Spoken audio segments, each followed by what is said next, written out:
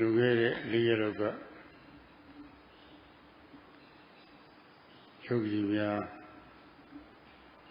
what is so Yijizo Koko Amamashi Nene Uchoto Machi Leve Tetam Deta Kiruya Mama Wabiroga Mako Shimishia on there on body. Coco, Somo Ochote Swanny Sabido Piotavare Noa Kari, Indria, Nikani, Bawandira. Two years of Johnson Yaruja, a communal of Johnson Yaruja. That 4 days ago, Sayadaw spoke about the ruling factors, which are the most important thing in one's whole life, in the whole life of the yogi, because with these controlling factors, these ruling factors, one can control oneself so that one doesn't make mistakes, or if one does, the mistakes one makes are not so big that they cannot be corrected. They're not so big that they destroy one's life. So these ruling faculties are what give us the ability to make our mistakes practically zero. And there are 9 causes for sharpening the faculties, the ruling factors such as faith. And Sayadaw spoke about these. So in order to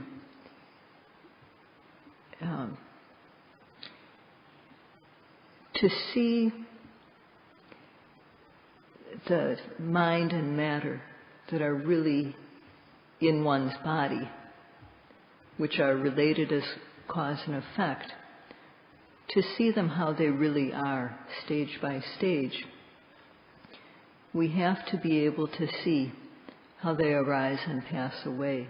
We need to be able to see how they come to an end. And if we have not yet seen that, how they come to an end, then our faith is not yet strong.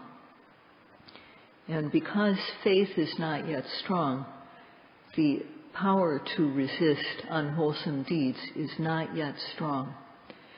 And because faith also is not yet strong, effort, sati, samadhi, panya, these 2 are not yet there. And so one is not able to rule oneself.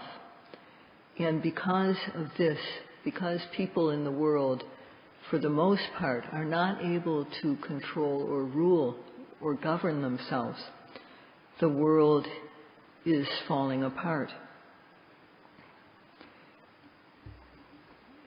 To rule or govern oneself is very important. And the Buddha saw this, and therefore he gave a method. He said that this is the method for fulfilling these 5 ruling faculties. And he gave these 9, as Sayadaw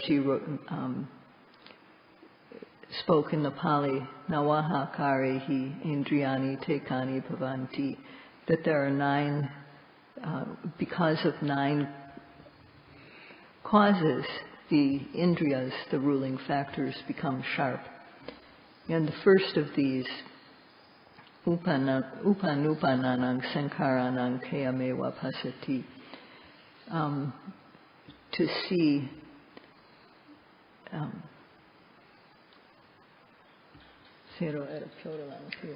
so among these 9, the first 4 have been completed, have been talked about, but Sayadaw is going to repeat these in some.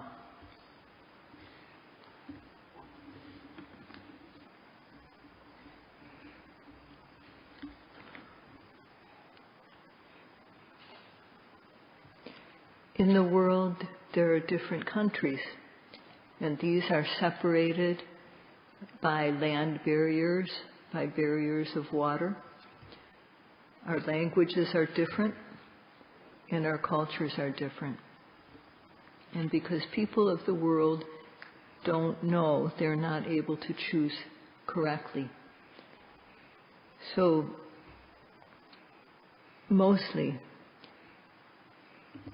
So in order to make faith strong, the Buddha gave a practical method. And he said to study your own self. Do research on your own self. Not like scientists do research on what is outside of them. The Buddha said to study yourself by yourself.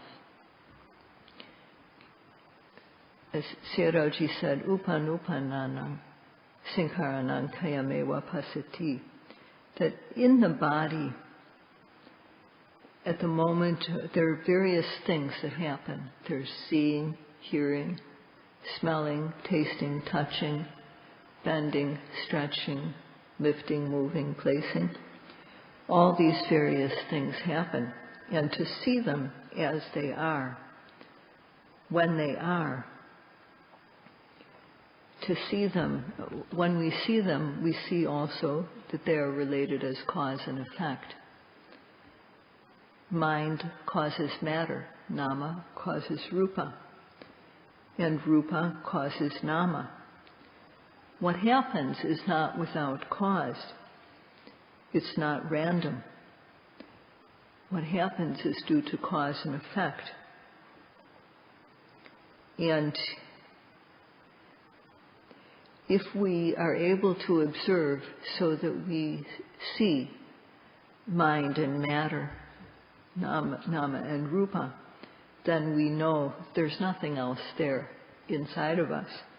There's no soul.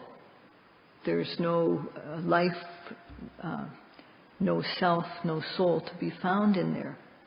We come to understand this well in the practice. There's nama and rupa, and if you take these two things away, there's nothing. There's nothing left inside. There's no person. There's no man. There's no woman. There's just mind and matter, nama and rupa.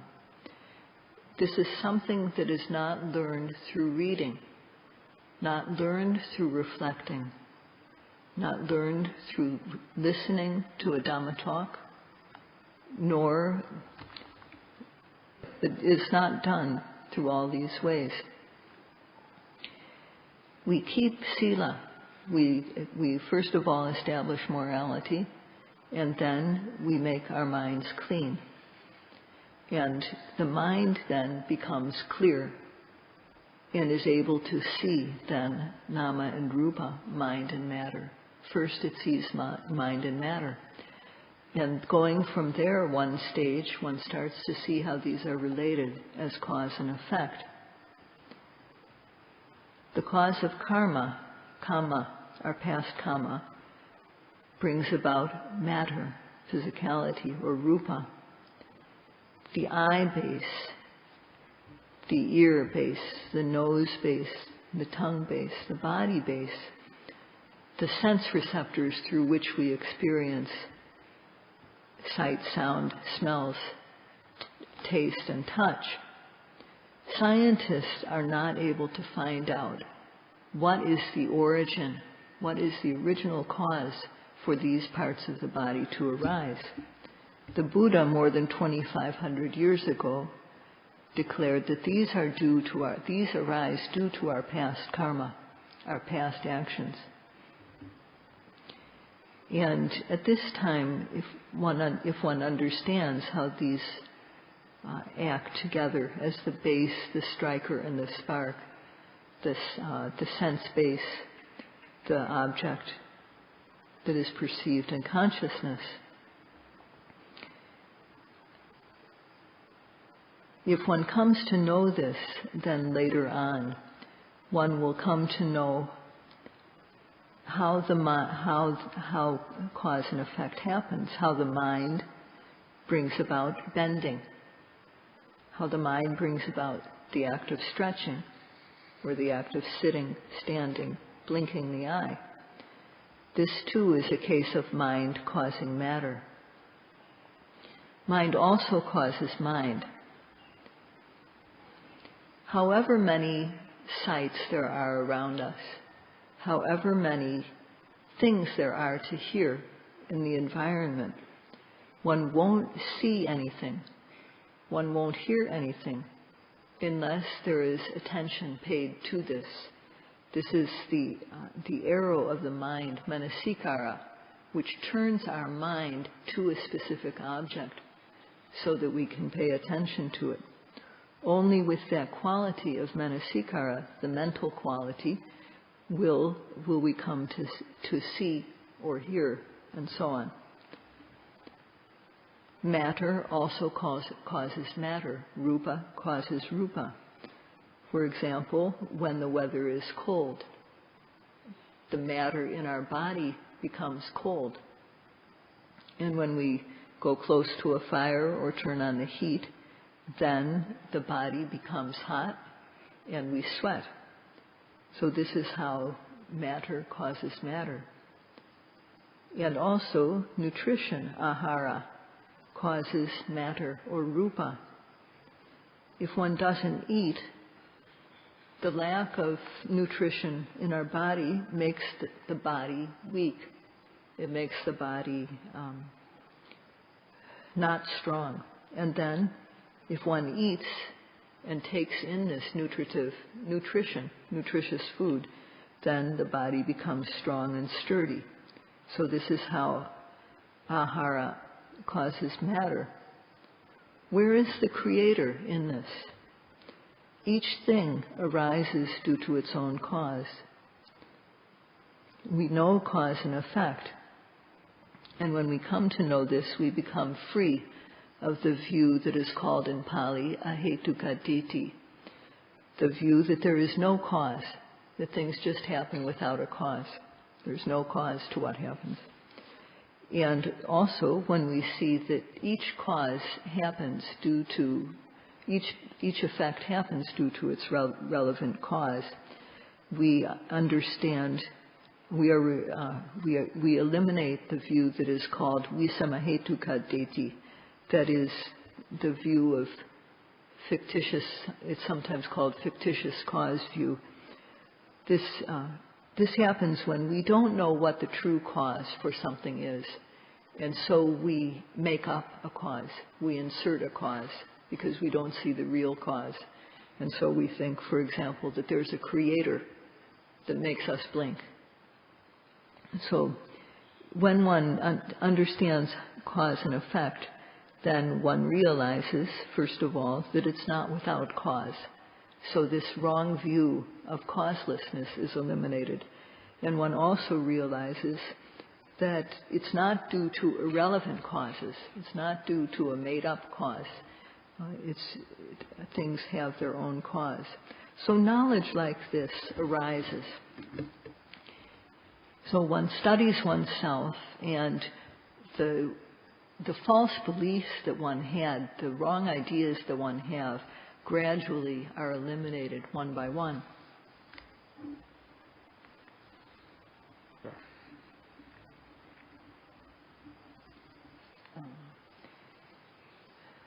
This is concerned with every human being, of every background, of every religion. It has nothing to do with religion.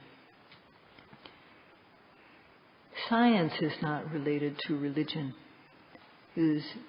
but science is just studying matter. When we study ourselves, this is all we're doing, studying ourselves. There are eyes, ears, nose, tongue, body, and mind. These are the places where the objects are received, where we perceive senses. These are the places where sights, sounds, smells, tastes, touch, and thoughts are received. So these are receptors for sense. If there's no receptor, then there's nothing that can be perceived. Nothing can be experienced if there's no receptor. So the receptor, when the visible object strikes the receptor, then the image is seen. Because there's a receptor, the sound is heard, the taste is tasted, the smell is smelled, the touch, hot, cold, and so on, is felt. And although Westerners think that this happens in the brain, Easterners think that mental objects, such as thoughts, thinking of, seeing things in the mind, hearing things in the mind, as though we see, as though we hear. These two happen when one of these objects strikes the receptor. And Westerners think that it's the brain that is receiving these mental objects. But in the Buddhist scriptures, it's the heart base that receives mental objects, such as images, not real physical images, but as those seen. So in all these, if there's an object that strikes its relevant sense base, then there will be knowing that object. There will be sight, smell, taste, touch, sound, thinking. So this knowing, these are all the sparks. There's the base, the striker, and the spark. Or this is how it's called in one way. The sense base, the object that strikes the sense base, and the consciousness that arises. So these are sparks, knowing the object. And in the moment of any sense experience, there's just this, just the sense base and the object striking it, and the spark of knowing the object at that moment. So when one sees this, then one knows that this is all there is. There's no person in there.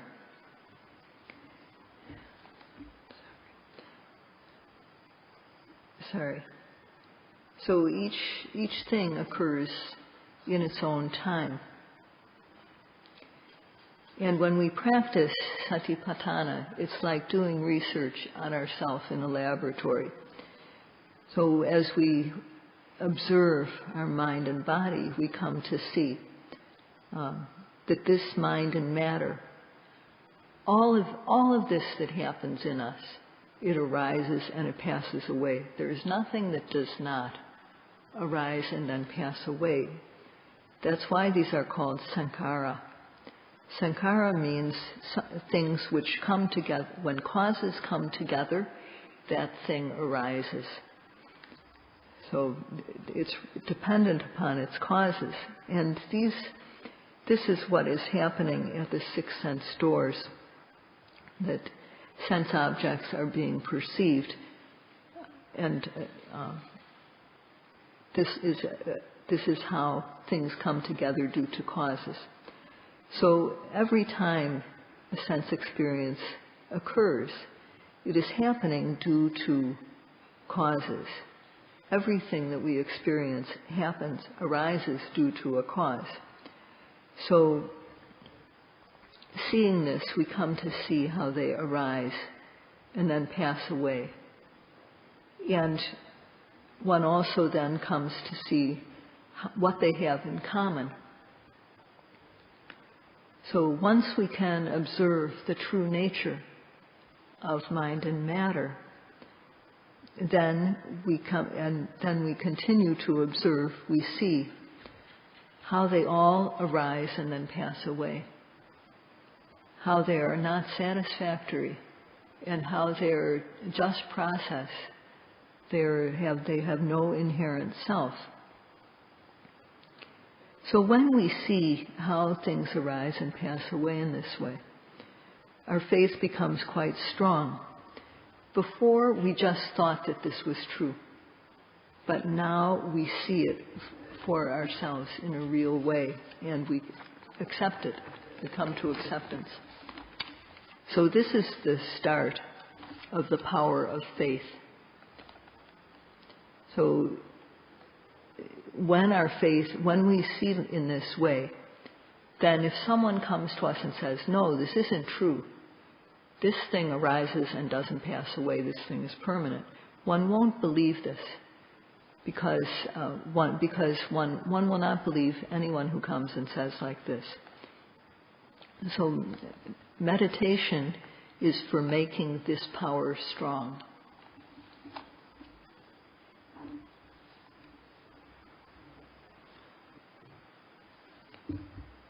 Yogis are hearing at the present moment how mind and matter are related by cause and effect.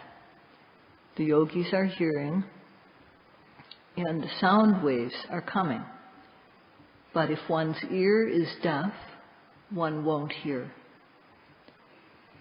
The sound is coming and striking the ear, but if one is thinking about something else, then one won't hear the sound.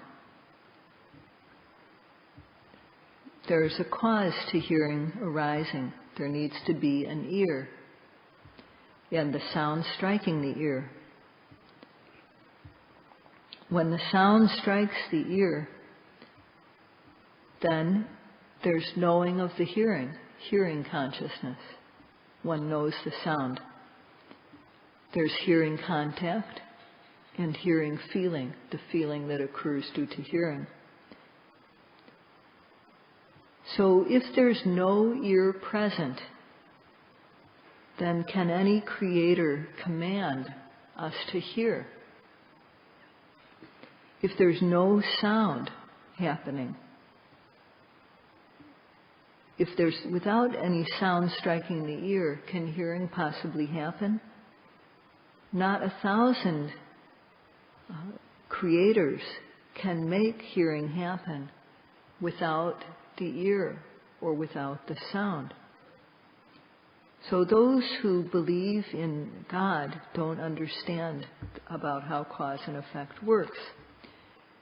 If one understands how cause and effect works in one instance, for example, if one understands how cause and effect happens in the moment of hearing, how matter causes mentality, then one will also believe in the other ways cause and effect happens. One will understand that mind also creates matter.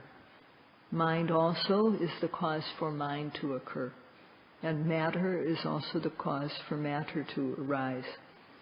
So when one encounters these, in one's practice, one believes. So one is free of doubt regarding this, but not completely, because that only will happen at the stage of Sotapannahood.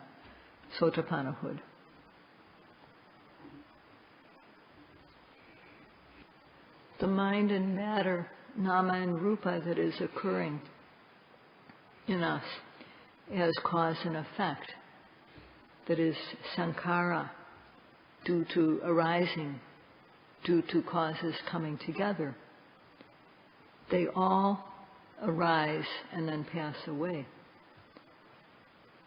Seeing arises and then passes away. Hearing arises and immediately passes away. Smelling, tasting, touching in the body, softness arises and then passes away. Coldness, heat, hardness, it happens and then it's gone. Thinking, imagining, these two arise and then are gone immediately. They all are like this. And before we see this practically, we need to accept that this is true. This is faith. And then there needs to be the desire to practice in order to see this really. One has to then come to a center like this so that one can undertake the practice. And in undertaking the practice, one can't do so carelessly. It's said that tata sakacha kiryaya sampadeti, that in doing the work of observing so that we are able to come to see how things come to an end, we have to work to develop vipassana knowledge respectfully and meticulously. As Sayadaw said before, one has to perform acts such as sitting down, standing up, bending and stretching. Any type of action that we perform like this has to be performed as if we were a sick person. When we sit, we have to try to observe every single rising, every single falling. So only when we work like this with care and respect for the practice, then only then will we be able to see how mind and matter, nama and rupa, arise and pass away. This is a cause for us to come to see like this.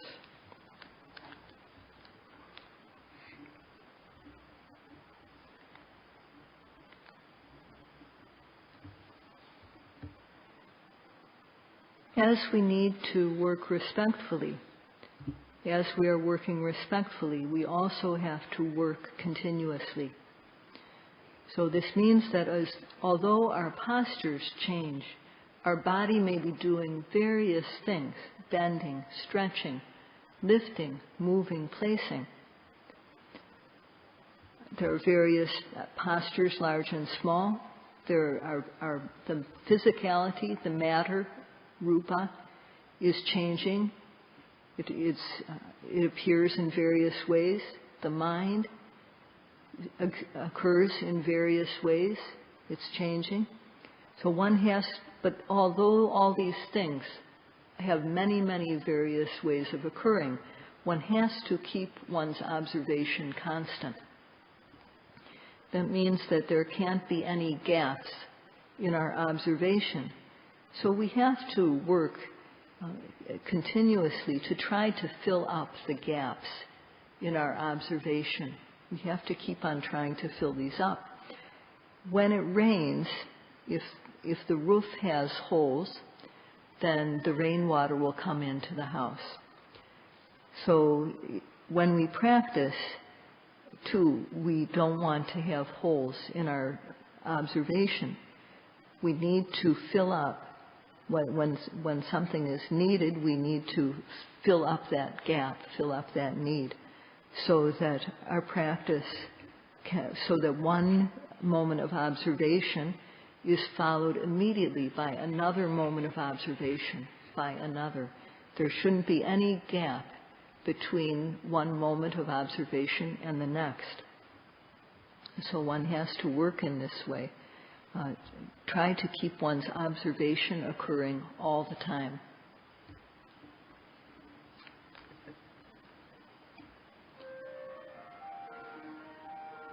If we don't try to observe the immediately arising object, if we miss the object, then what enters the mind is ignorance, the scattered mind, and the quality of not being disgusted by unwholesomeness, not being afraid of unwholesomeness. These factors occur together with the unwholesome mind, akusala consciousness. So Sayadaw said, not observing, not knowing, kilesas come in. This is what happens when we don't observe. Kilesas come into the mind, mental defilements. But observing and knowing, kilesas come clean. We eliminate these impurities when we observe and know.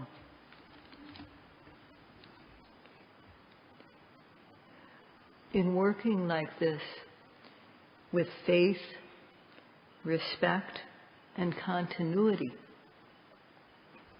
there are 7 things that we need to have that should be suitable for us. And the first of these is the suitability of dwelling, avasa sapaya.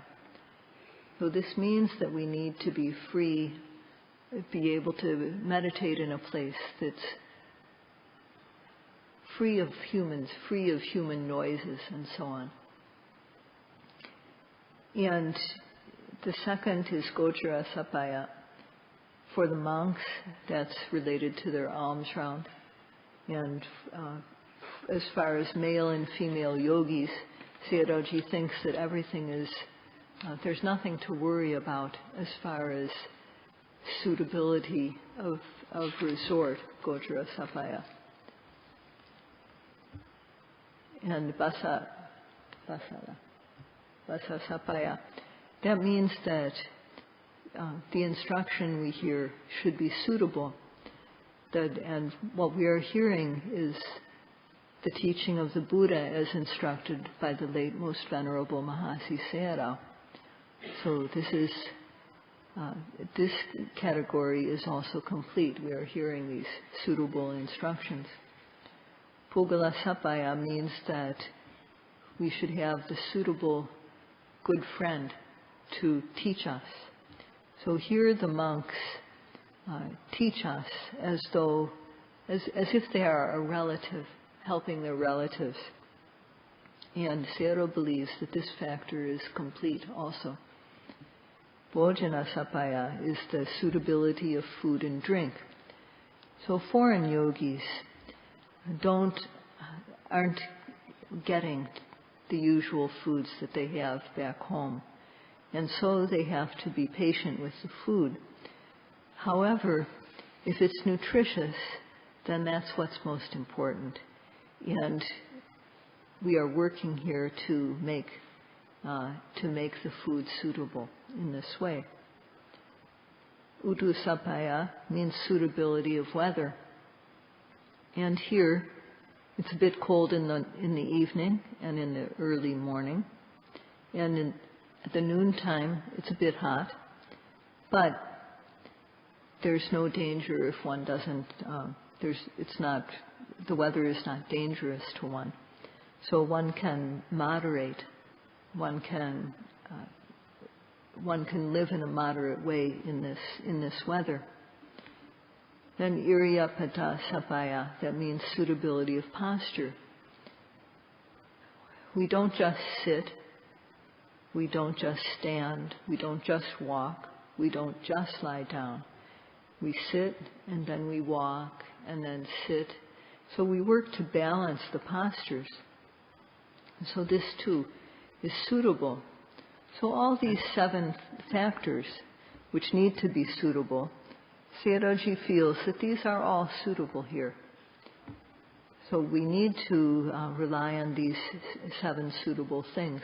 These are causes for us to be able to come to see the arising and passing away of mind and matter, nama and rupa.